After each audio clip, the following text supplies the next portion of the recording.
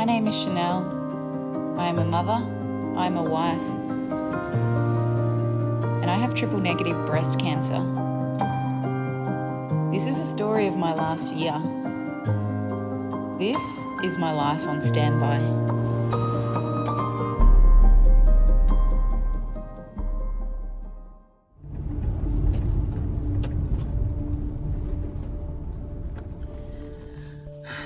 I am struggling today, just very emotional. I just want to cry all the time, and to be honest, it's more about my relationship than specifically what I have going on. I think one thing I'm learning is that cancer amplifies. So existing problems in my relationship, it's just amplified them and of course created new little issues and problems that need to be dealt with on a regular basis, and at the moment I'm just struggling with that. It's just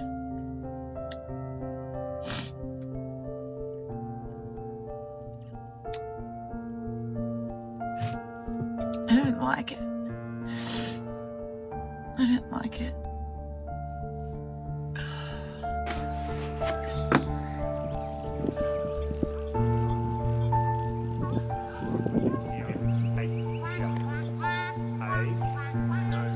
I think everybody handles cancer so differently, and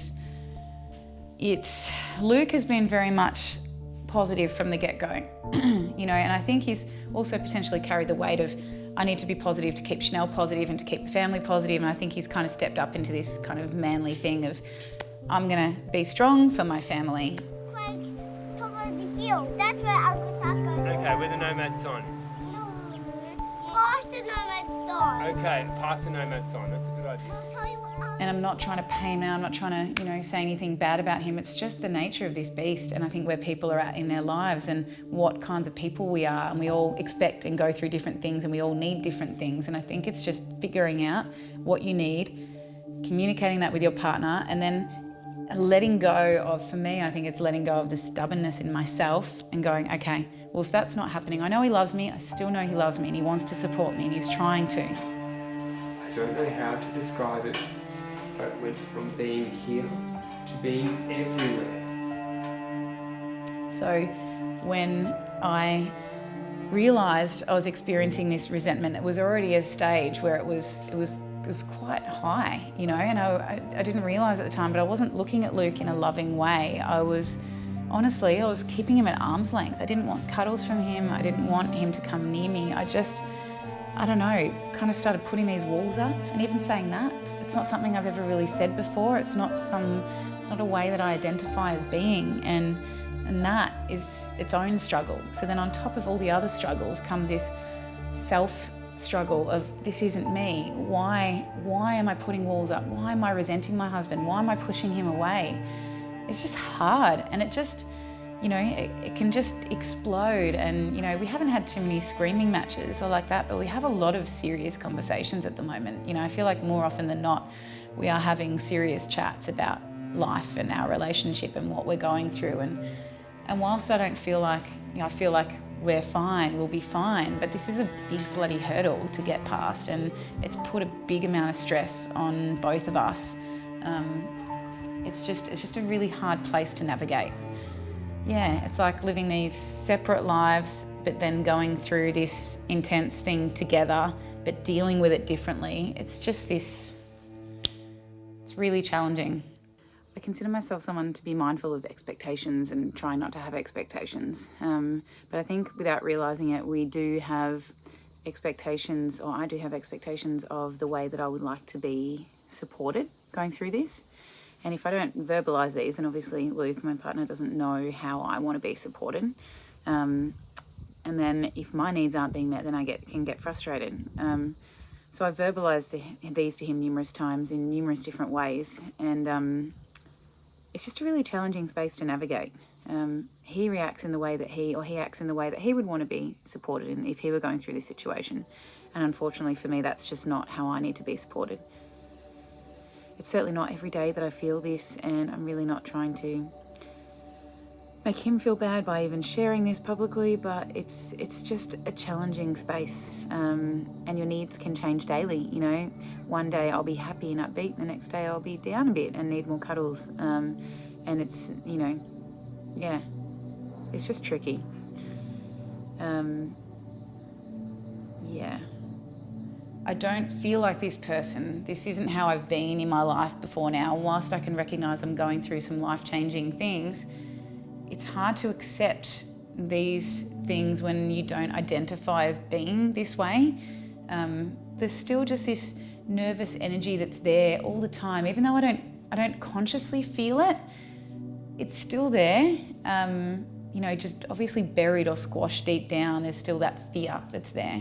Yeah, it's more challenging than what I had anticipated. I guess prior to this, I thought that cancer was going to make my relationship more stressed because I would be more stressed, my husband would be more stressed, and maybe we'd just be at each other a bit more.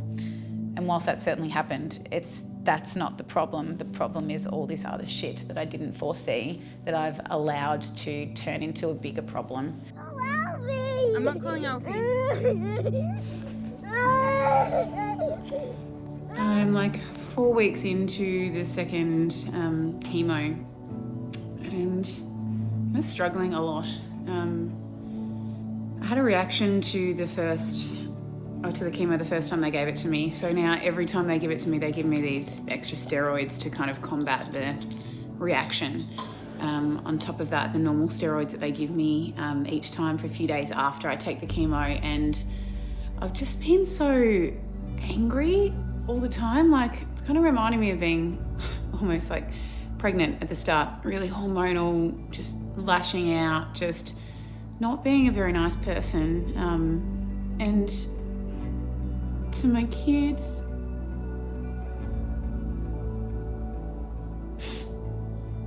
just yelling at them all the time and really not being a very good mum at all.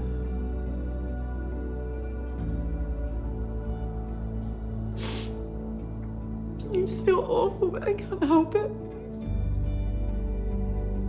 It's just making me really angry, really short-tempered, really frustrated. I think it's called roid rage. I was Googling last night, thinking I've been crazy, but it's been happening for the last 3 or 4 weeks, which is really how long I've had this chemo for. And I'm just yelling at Luke as well, and Luke's being so patient with me, and even being patient with me when I'm screaming at the kids about nothing, swearing at them and just being awful.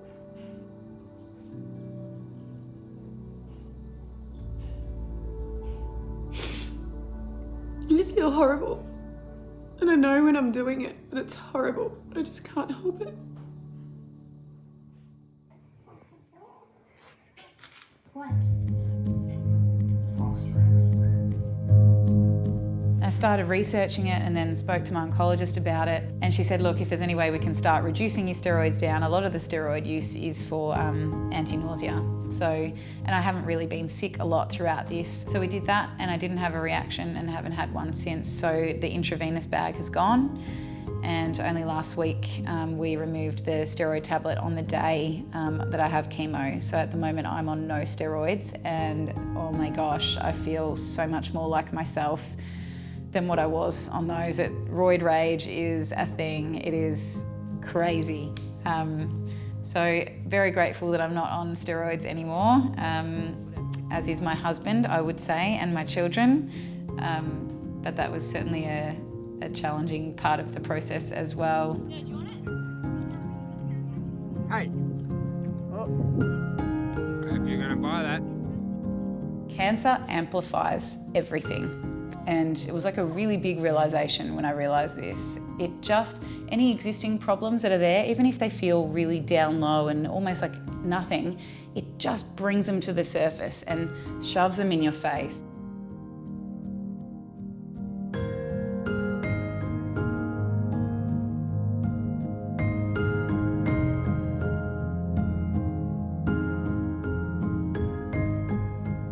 Finding my peace with that, I'm still struggling with, but I feel like I'm getting there. But I think just really accepting that cancer does amplify has been a big kind of hurdle for me, but one that I'm grateful that I can actually see now. Woo-hoo! Go, Smith. And just accepting that I can't, well, right now I don't feel like I can get past them myself. I actually feel like I need a little bit of help to get past them, and accepting that that is okay and that is normal. And it's hard. It's like a weird battle that I hadn't anticipated.